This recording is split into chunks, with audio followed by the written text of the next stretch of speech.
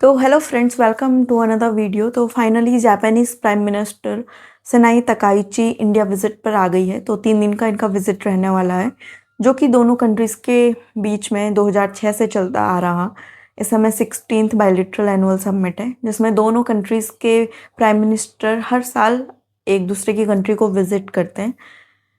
तो पिछली बार प्राइम मिनिस्टर नरेंद्र मोदी गई थी 2025 में, और 2026 में जब से Sanae Takaichi as a Japanese prime minister elect हुई है, तो फर्स्ट टाइम इनकी इंडिया विजिट है।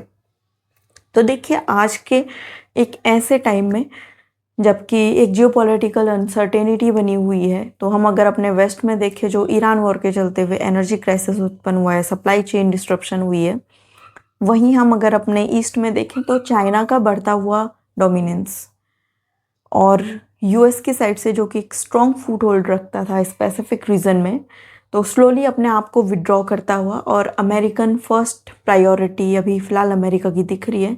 तो जिस हिसाब से ये नाटो कंट्रीज़ हो, यूक्रेन वॉर हो, तो इस हिसाब से ये विड्रॉ कर रहा है, तो जापान के लिए एक मेजर सिक्योरिटी थ्रेट उत्पन्न होता है। तो देखिए, वर्ल्ड वॉर 2 के बाद जापान ने अपना टोटल फोकस लगा लिया था अपने इकोनॉमिक डेवलपमेंट में, और एक पैसिफिज्म अपनी कोर आइडेंटिटी को अपना लिया था, और इसके तहत अपने को मिलिटरीली डिसआर्मामेंट करना शुरू कर दिया था, और अपना पूरा डिफेंस सेक्टर, पूरा सिक्योरिटी यूएस के हाथों में दे दिया था।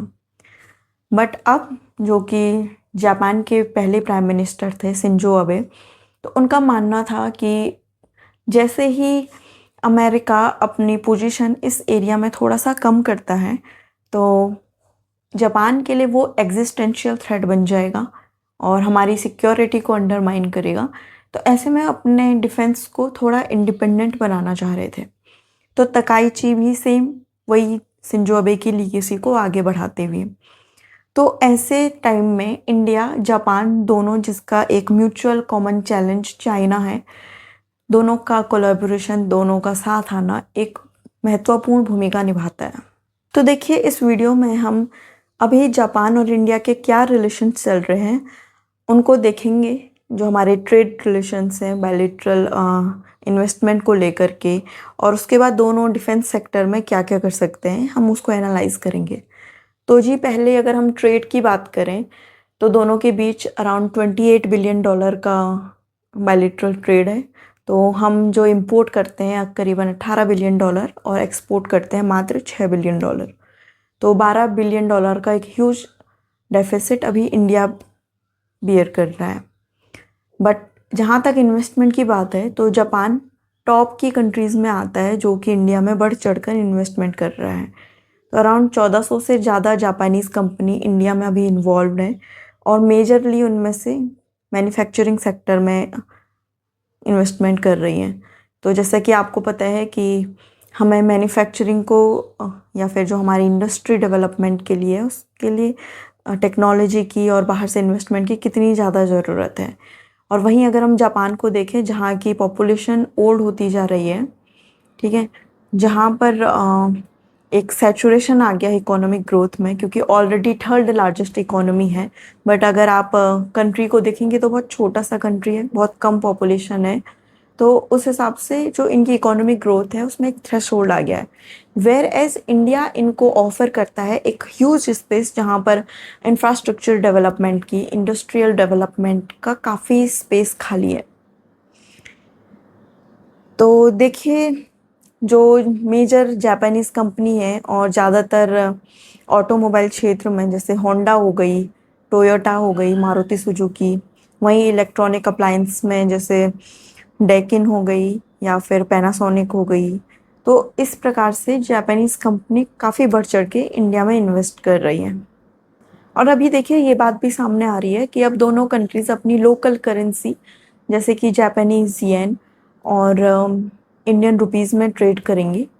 तो क्या ये डी डॉलराइजेशन है? तो ऐसा बिल्कुल नहीं है कि यूएस को अबेंडन कर रहा है जापान, कर ही नहीं सकता है, क्योंकि टोटली डिफेंस में हो, काफ़ी डिपेंडेंट है ये यूएस पे।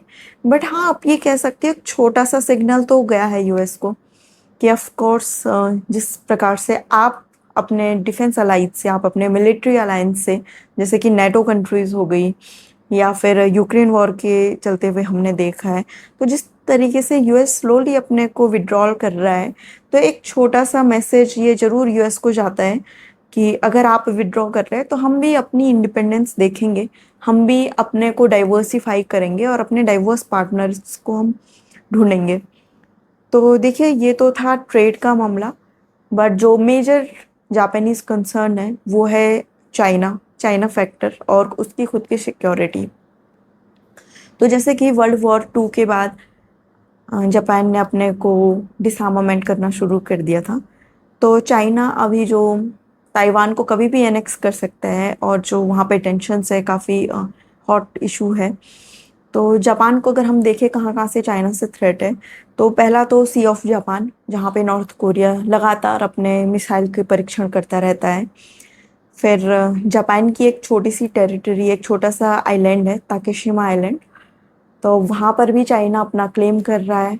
फिर ईस्ट चाइना सी हो गया, साउथ चाइना सी हो गया, जो कि जापान के लिए एक इम्पॉर्टेंट ट्रेड रूट्स हैं, चाहे वो साउथ ईस्ट एशिया में हो या फिर एशियन कंट्रीज़ में हो, साउथ एशियन कंट्रीज़ में हो। तो जापान का जो एक इम्पॉर्टेंट ट्रेड रूट है, वहाँ पर भी चाइना अपना डोमिनेंस दिखा रहा है। तो अगर चाइना जापान सॉरी ताइवान को एनेक्स कर लेता है, तो जापान पर ये सीधा साधा थ्रेट होगा, जापान के लिए सीधे ये एग्जिस्टेंशियल थ्रेट होगा। तो जापान के लिए इंडिया, जो कि जिसका चाइना एक कॉमन म्यूचुअल थ्रेट है, तो इंडिया के साथ एक डिफेंस इंडस्ट्रियल लेवल पे कोलैबोरेशन काफ़ी इम्पोर्टेंट बन जाता है। तो देखिए, जापान जो कि अभी तक डिफेंस पे मात्र 1% ऑफ इट्स जीडीपी खर्च करता था, तो अभी वो 2% से भी आगे बढ़ चुका है। और फ्रेशली अभी जापान ने $58 बिलियन का अपना डिफेंस बजट रखा है, जो कि वर्ल्ड में थर्ड हाईएस्ट है आफ्टर यूएस और चाइना। और अभी रिसेंटली 11 मोगामी क्लास की फ्रिगेट भी ऑस्ट्रेलिया को सप्लाई की गई है। तो जापान का जो डिकेड ओल्ड जो आर्म्स एक्सपोर्ट पर जो रेस्ट्रिक्शंस थे, अब धीरे धीरे वो लूजनिंग हो रहे हैं।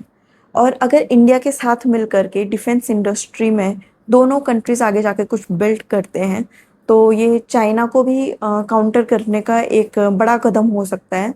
तो अभी इस विजिट के बाद अगर डिफेंस इंडस्ट्री पे कोई भी अपडेट आता है, तो ये एक इम्पॉर्टेंट होगा और इसको भी ज़रूर हम आगे रिव्यू करेंगे।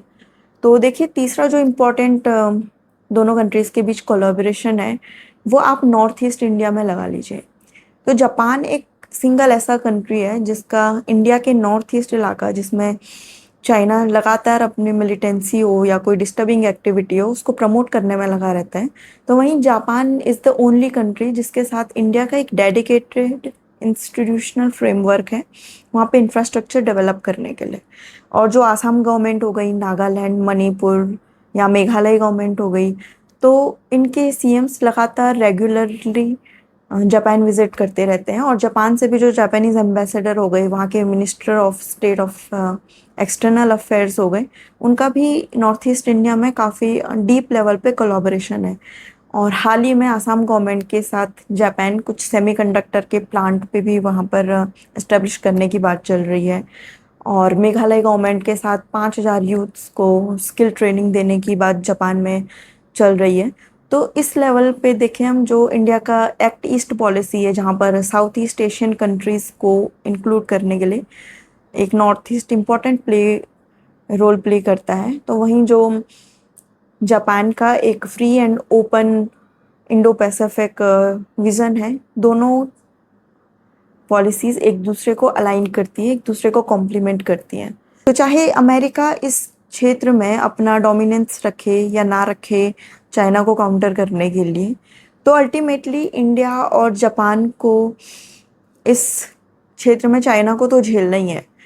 तो आई होप इस विजिट से आगे कुछ मेजर अच्छे कंक्लूजन सामने निकलेंगे। तो इस वीडियो में इतना ही। Thanks for watching.